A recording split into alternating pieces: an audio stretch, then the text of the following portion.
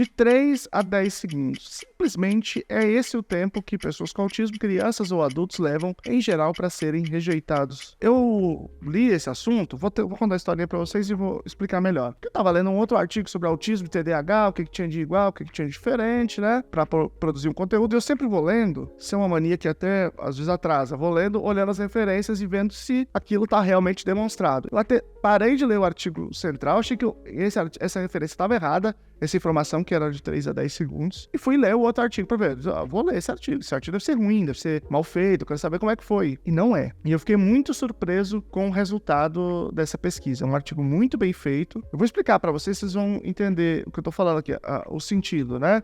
Como é que eles descobriram isso e ele realmente faz a gente parar para pensar. E não só eu vou explicar esse artigo, vou mostrar, vou explicar para vocês o que a gente deve fazer, o que a gente tem que atacar para evitar que isso aconteça.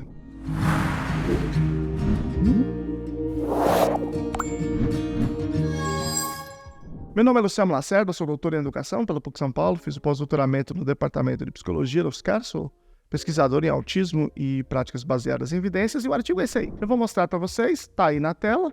Ele foi publicado na Scientific Reports, eu já falei muito dessa revista aqui porque eu já publiquei nela, é uma revista do grupo Nature, e o título é o seguinte, é em português, tá? Pares neurotípicos são menos propensos a interagir com aqueles com autismo, baseado em um julgamento rápido, muito rápido. Isso é aquela primeira vista, né? Julgamento à primeira vista, vamos dizer assim, seria mais ou menos essa a ideia, né? Esse artigo aí, que eu mostrei para vocês, eu vou colocar inclusive o link aqui também, depois vocês podem ler e ter a própria visão de vocês aí sobre ele. Eles fez o seguinte, eu vou explicar a metodologia, tá? Eles pegaram pessoas com autismo, tanto crianças quanto adultos, e pediram para gravar um vídeo. Então esse vídeo era ou você se apresentando como se fosse para se candidatar para um reality show, sabe?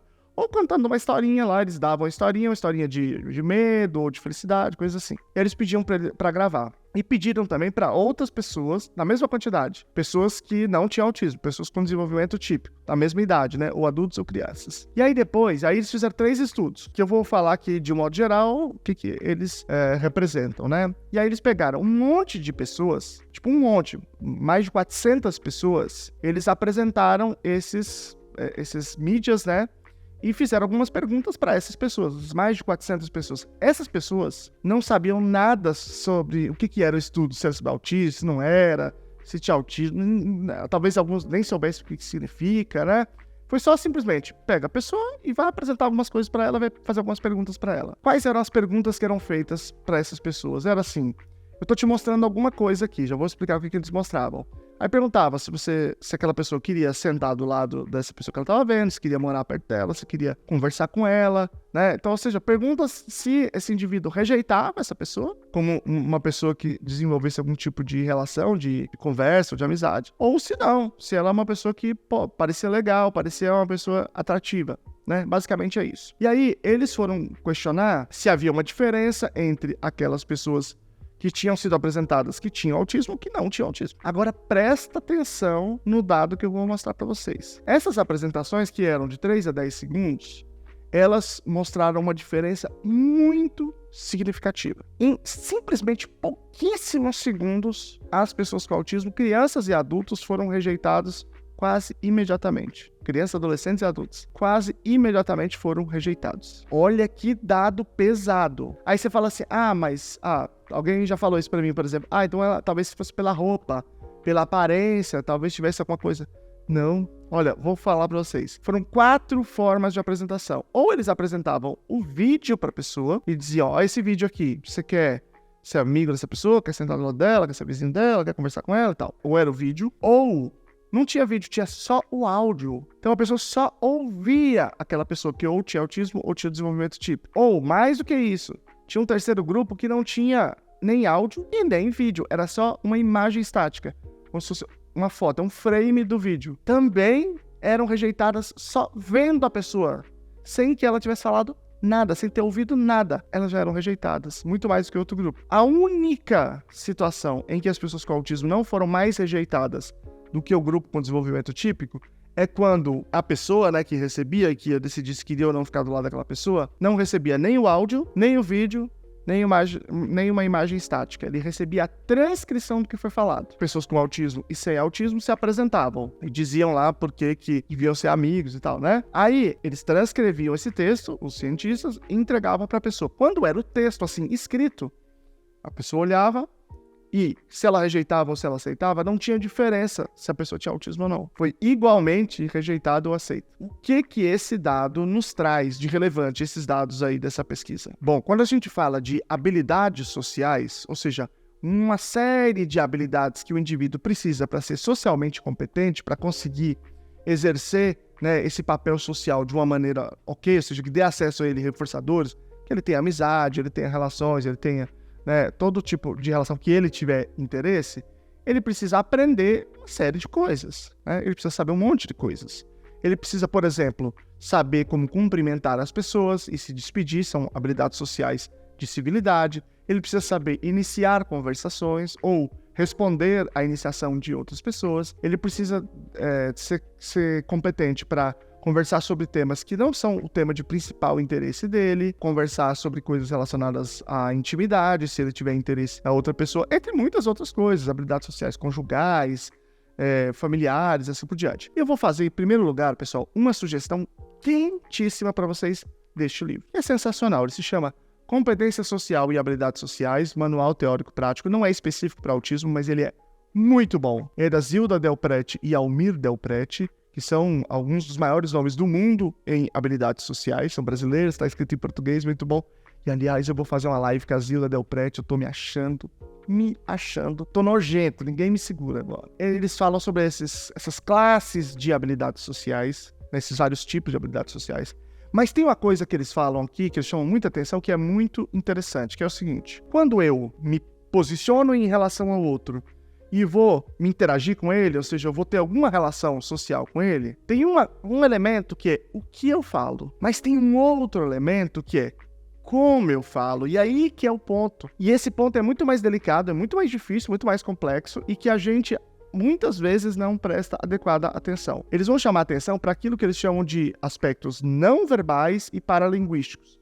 Pode ter uma variação nessa classificação, mas é assim, quando eu falo, qual é a minha expressão facial? Qual é o meu movimento, o meu corpo, para poder falar? Qual é a altura do que eu falo? Qual é a velocidade?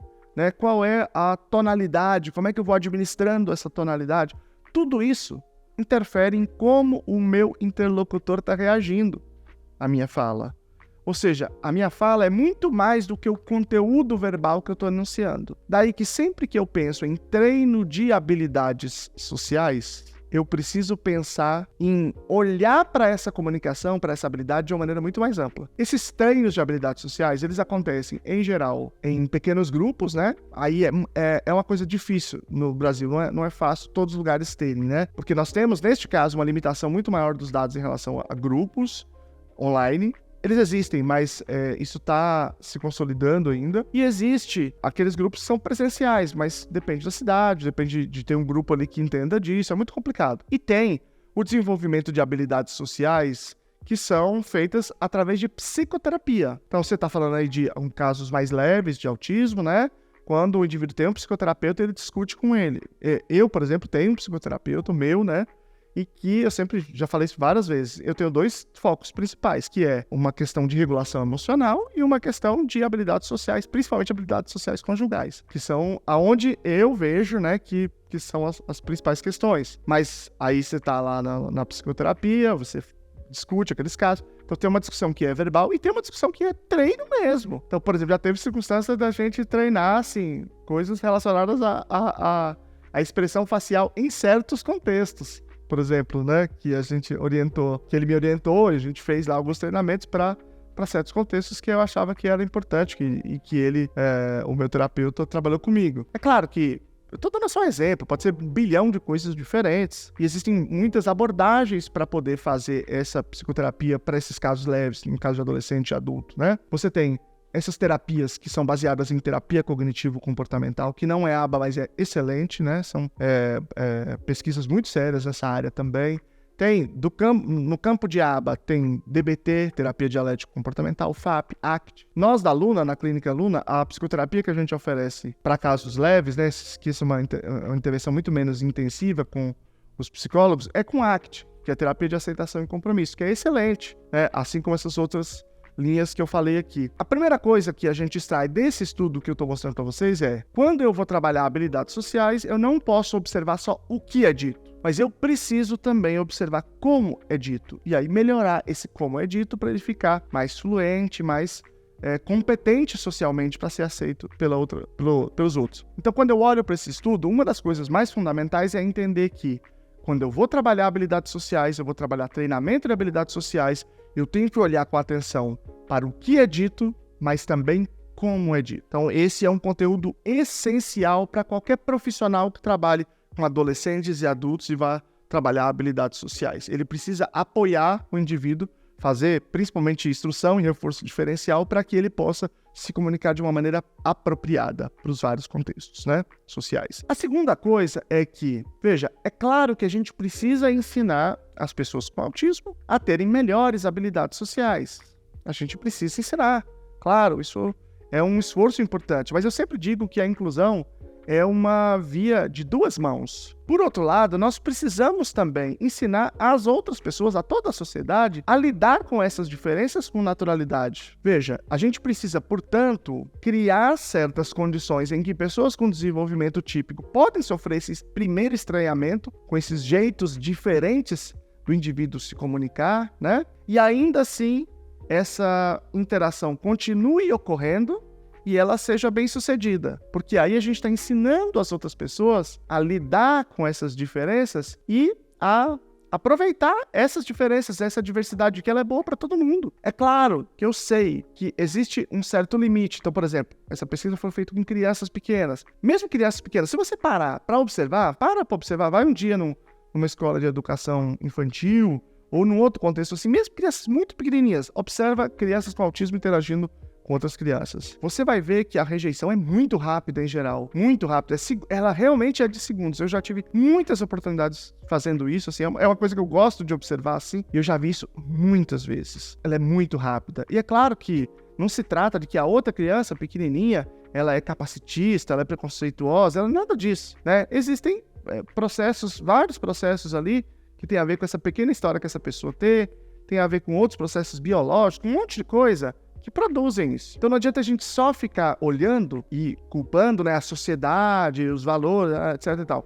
Não, existem outras coisas, várias coisas envolvidas aí. Mas, ainda que elas sejam pequenas, se a gente der a oportunidade delas de conviver com crianças com autismo, principalmente fazer com que essas experiências não sejam negativas, a gente precisa criar contexto para essas experiências serem positivas, elas serem satisfatórias para todo mundo, aí a gente vai conseguir fazer com que, numa outra vez, essa primeira impressão não seja decisiva para uma pessoa com desenvolvimento típico interagir ou não interagir. Eu vou falar de algumas situações que eu vi assim, por exemplo, aí você tem uma criança com autismo, você tem uma outra criança com desenvolvimento típico, isso recentemente agora, esses dias. E aí a criança com autismo foi fazer algumas brincadeiras que machucaram outra criança. E foi mais de uma vez. E aí daqui a pouco a outra criança ficou lá fora. Então veja, a outra criança deu uma primeira chance. Se aproximou, o menino era diferente, assim, imediatamente você já percebi que era diferente. Tava com a minha mulher, assim, na hora que a gente viu, a gente já bateu o olho, assim, porque não tinha a menor dúvida. Apesar de achar que não tinha não ter nem diagnóstico. Mas aí, a gente ficou observando. O menino deu a chance, só que aí foram inapropriadas as várias circunstâncias. Por isso que a gente precisa ensinar essas habilidades sociais. Quando essa primeira impressão for superada e, de fato, houver a interação, aquilo precisa ser uma boa interação para os dois. Não adianta você esperar que crianças com desenvolvimento típico vão passar por más experiências e vão se manter do lado das crianças com autismo por inclusão, por um critério abstrato. Não existe isso, não tem como você fazer isso. Então a gente precisa ensinar a sociedade a lidar com as pessoas com autismo e outras diferenças também, e precisa ensinar pessoas com autismo repertórios de brincadeira, de conversa, né, de interação, para que os dois tenham uma experiência rica, tá bom? E eu espero que você compartilhe esse vídeo para todo mundo, para a gente divulgar um pouco mais conhecimento científico, tá bom? Um grande abraço, até a próxima, tchau para vocês.